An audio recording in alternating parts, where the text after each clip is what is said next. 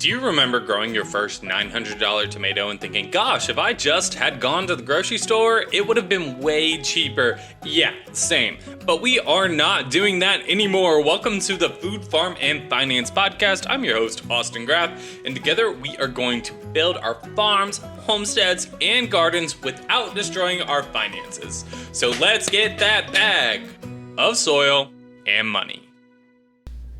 Welcome back to another episode of the Food, Farm, and Finance Podcast. I'm your host, Austin Graff, and together we are hopefully making gardening, farming cheaper, more accessible. We're trying to build up your financial status while also making you have like the gorgeous dream garden that you've always wanted, right? And hopefully eating some healthier vegetables in the process. We love a good health journey, right? And today we are talking about something so incredibly not fun at all. We're talking about, is gardening cheaper than therapy? So this is a little bit more of a serious podcast, but I'm going to try and approach it as lighthearted as I know how, just like I approach everything. I am definitely one of those people who laughs in awkward situations and who laughs and diffuses tension and uncomfort with humor. And maybe that's not for everybody, so if this isn't, it might not be the episode for you. But today we are talking about gardening and therapy. I see this all the time. Is gardening cheaper than therapy? It's a common thing that people throw out. I've seen t-shirts like gardening's cheaper than therapy. And it's something that we kind of laugh at and we poke fun at. But I really wanted to know. So I actually ran the numbers and we are going to get into it. But before we start this entire podcast, I want to predicate it with, I am not a mental health professional. I am not a medical expert. I am underqualified to do just about everything, including this podcast. So if you are struggling in any of these ways, please seek professional medical advice. Okay, just because therapy is expensive does not mean we should not be going. Just because I am saying gardening might be a good alternative does not mean you should not go to therapy, okay? I am just presenting some things that I found, and I think gardening can be a great outlet if you're struggling with mental illness. So, with all that said, let's get into the episode, all right? So, is gardening cheaper than therapy? I cannot wait to break this down for you. I took the time and I ran all sorts of stats. So I've got loads of mental health stats, I've got the cost, and then I've got all the benefits associated with gardening for mental health, and we're just gonna get into it all. And I'm really excited about it. But before we do that, I have a little message from our sponsors. Again, it's me. I don't have a sponsor because, like I said, I'm not really cool enough for a sponsor yet. But if you happen to be a sponsor and you're like, hey, you know what? I've got some free time. This would be a great place for you to put an ad. And if you're not one of those people, just support me, okay? I love it, right? Just keep it going. Keep the good vibes going. And if I ever do get a sponsorship, please support them. That way I can keep this free and everyone can benefit, right? Okay. That's my sponsorship. Stay tuned. Next time we're going to have one, I swear. Alright, so is gardening cheaper than therapy? I think I've said that like 74 times now. Well, I want to start off with just some mental health stats. These are actually very, very sad, but I just think I should set a tone. So I looked it up, and according to Johns Hopkins, an estimated 26% of Americans aged 18 and older, so basically 1 in 4 adults, suffer from a diagnosable mental disorder in any given year. Which means if you are a family of 4, one of those people in your family is probably going to have mental illness. And that's just kind of where we're at right now. Approximately about 18% of people ages 18 to 54 have an anxiety disorder in any given year. And those can include panic disorder, obsessive compulsive, post-traumatic stress disorder. I mean, anxiety is everywhere. And I struggle and I fall in this bucket. I have very serious anxiety at times. And that's actually what inspired me to create this episode because gardening was my way to help manage that. And sadly, approximately 9.5% of American adults will suffer from a depressive illness. So this is that depression, that really, really heavy stuff. And this stat also got to me. 17% of adolescents between 12 and 17 experienced a major depressive episode, meaning like potentially life-threatening depressive episode. So our teenagers are not super well either. So it's really just it's kind of a bad situation, right? So anything we can do to help alleviate that and really put things into motion to bring about better mental health among all of us, I think is a really great thing. So before I get into that though, I want to discuss the monies. Like how much money does it cost to be so unwell as a country? Because we're not doing well, right? I don't know about you, but I'm not doing well, that's for sure. And I mean, if you're listening to this, you might not be doing well either. Like collectively as a whole, we're not doing the best, right? All right. So therapy on average can cost anywhere from $100 to $200 a session. I just did a quick Google search, realized very quickly that depending on your insurance, depending on your geographical location, depending on the severity, depending on the specialist, it's pretty impossible for me to pinpoint an exact dollar amount for the specific session that you might need to go to. But $100 to $200 seems to be kind of about the norm. And let's just be real, that's pretty cost prohibitive, especially if you need at least one session a week, one session a month. I mean, that is a substantial chunk of income for a lot of people, and not everyone has $200 to spare. If you go 4 times in a month, that's $800. That's really insanely expensive. I did pull this stat though. Mental illness across the United States economy cost us roughly $282 billion. That's with a B, as in bad, billion dollars every single year. And it looks like it's only going up, which is very, very scary. Now, I don't know what all they bank into that. I don't know if it's the health treatments associated with it, the preventative care, etc. But $282 billion is what is estimated that mental illness costs the US economy. That is insane.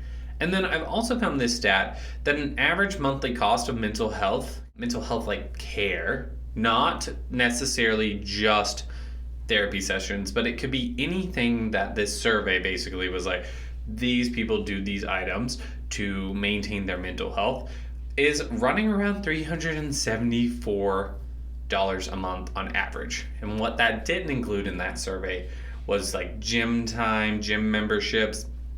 It did include a couple of vacations specified for mental health break vacations. So, $374 a year is nothing to, a month, wow, is nothing to scoff at. That's like a car payment right there, just in mental health costs.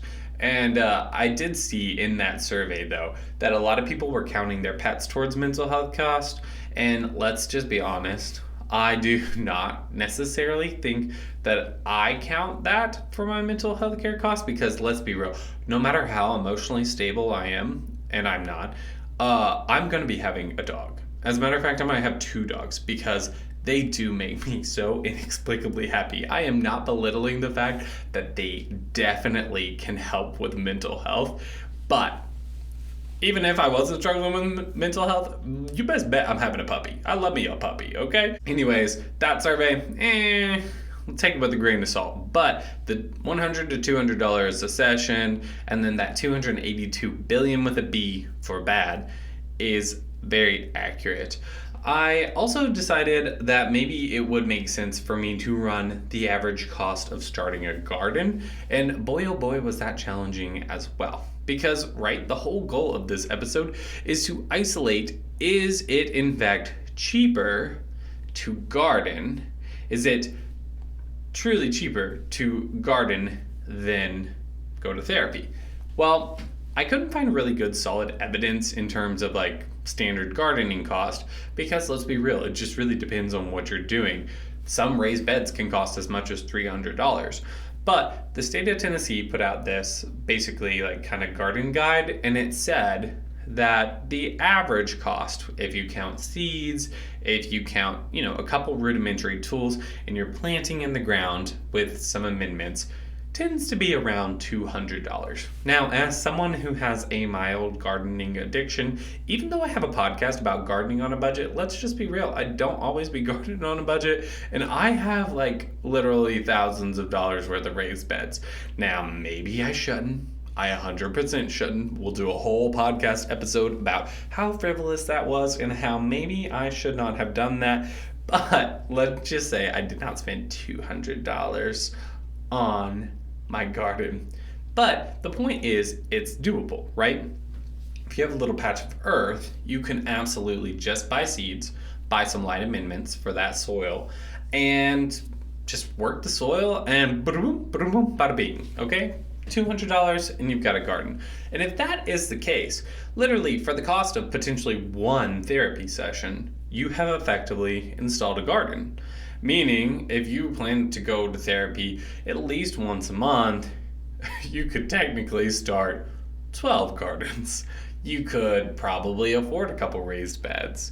You could absolutely garden probably cheaper than therapy. Now, I am by no means recommending this as a substitute. That is not what I'm saying. I'm just trying to analyze, and this might be just a really great way of preventing mental health issues from occurring, right? Like, let's get ahead of some of the curve, because life is full of anxiety, stressors. So if we can find ways to healthfully manage, and just kind of stay abreast, then I think it's definitely worth looking into.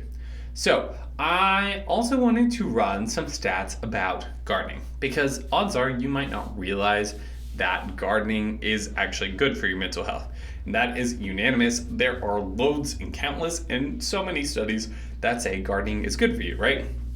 And I think a lot of us think when we talk gardening being good for us, we're like, we're going to have, vegetables, and we're going to eat vegetables. Meanwhile, you have all these vegetables rotting on your counter while you hammer down a pint of Ben & Jerry's. I'm looking at myself right now in the mirror, and it hurts, okay?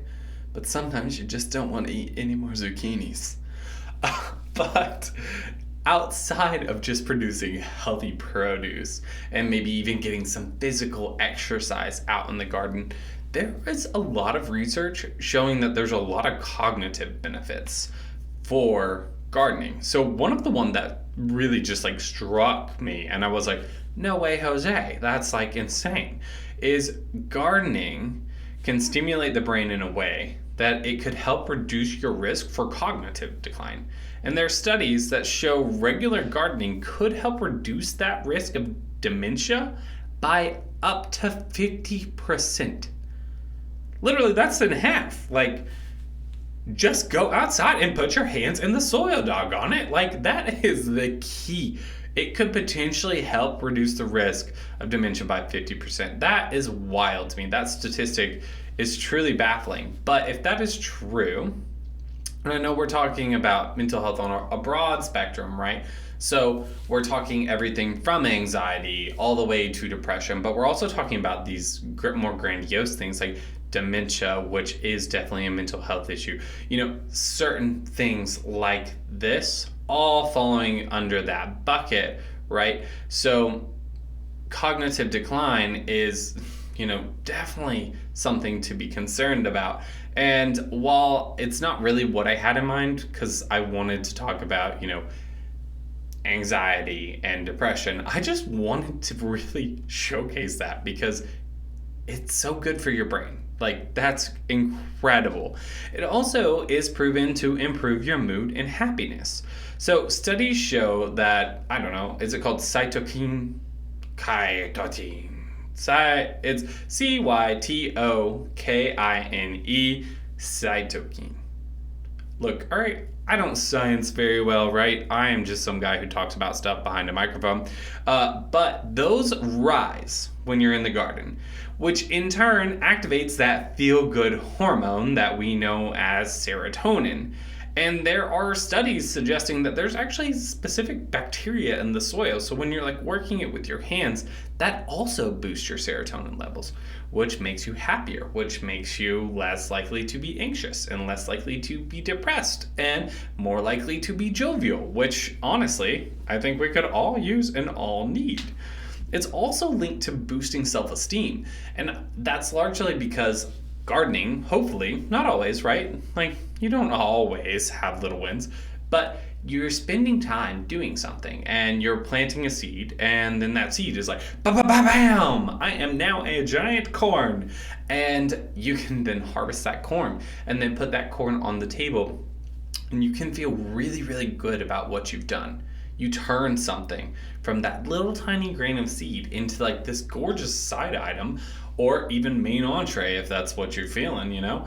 And that's really great and really powerful for boosting your self-esteem, your sense of self-worth, because you did that, you accomplished that. So gardening, yes, it can be humbling because there's a lot of little failures, just like there are a lot of little wins. But overall, when you do it well and you really practice and hone your art, there's an overwhelming sense of pride when you put something on the table that you have grown by hand. And that is such a positive force when you are struggling with mental health and mental illness. So it also can be really great practice for mindfulness. So you're focusing on different tasks, you're appreciating, the color of this leaf, you're acknowledging all the work that you've done. You're really, really engaging with the garden. And believe it or not, that engagement is linked to help with attention deficit. So it can help you recover if you're struggling to stay focused.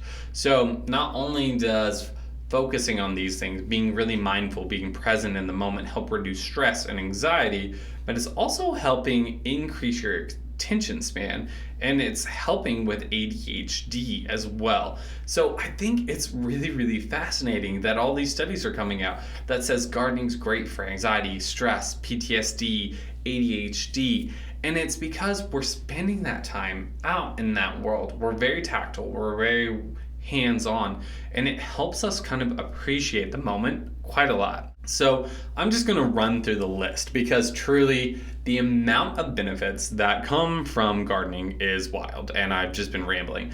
But anxiety and stress reduction, attention deficit recovery, decreased depression, enhanced memory retention, improved happiness and life satisfaction, mitigation of PTSD, increased creativity, productivity, and of course attention, reduced effects of dementia, and enhanced self-esteem. There are probably loads of other things, right? Like you're getting exercise, which exercise is linked to lots of good health benefits as well. You're eating better quality foods, which are linked to lots of health benefits as well. So I think the simple answer to is gardening cheaper than therapy, it's a resounding 100% yes. Now, whether you still need therapy or not, I am not qualified to answer that, right? But I think gardening can be a really great, safe place to build out and to funnel some of your energy into. If you are a ball of nerves, if you are struggling with happiness, I think that it's a really good complementary medicine to traditional therapy. And in the long term, you may find you need less sessions, saving you a lot more money by being more involved in the garden, or you might need less support from pharmaceuticals that help alter the chemical state in your brain, or you might still need those things. But ultimately, gardening could be a wonderful tool set that's really economical by contrast to the billions of dollars that we are actively spending every single year to maintain our mental health and well-being. So I know this episode was maybe just a little tiny wee bit heavier than usual, but I just want you to see the impact that you can have from just starting a garden. And it's so affordable. Everyone can do this, right? And I think that's what makes this so powerful, because unfortunately, I hear horror stories and I know a lot of the situations where mental health treatment is not always super accessible. And I think gardening can be, right? Based on your income or based on your location, you might not be able to actively seek treatment in a really effective and meaningful way. Prescriptions can be very expensive. So gardening hopefully can maybe be just a little bit more accessible to you if you just happen to have a little tiny patch of earth that you can call your own. So I really hope this episode is helpful to you. As always, please follow along. Maybe send this to someone who's really, really struggling. And, like I said, this is not a substitution for therapy or potential modern pharmaceuticals if you need those things, but it could be a path to hopefully helping get a little bit better. And I know for myself, my personal life, my anxiety has gotten so much better just from spending time in the garden. And every single day I wake up pretty energized. My mood tends to be a lot more stabilized as I garden because I do tend to be a little, tiny bit moody. But when I'm in that garden, it definitely alters the state of my mind, and I am much less moody, much less grumpy. I feel better about myself. So just anecdotally, I definitely think it works, and I 100% think it is cheaper than therapy. But, don't let dollars dissuade you from going to therapy if you need to go to therapy. With that said, like, follow, subscribe, all the stuff. Share this. Leave us a review, okay? Reviews definitely help us. And by us, I mean me, because this is a one-man deal. But I love all of you guys, and I cannot wait to see you in the next episode.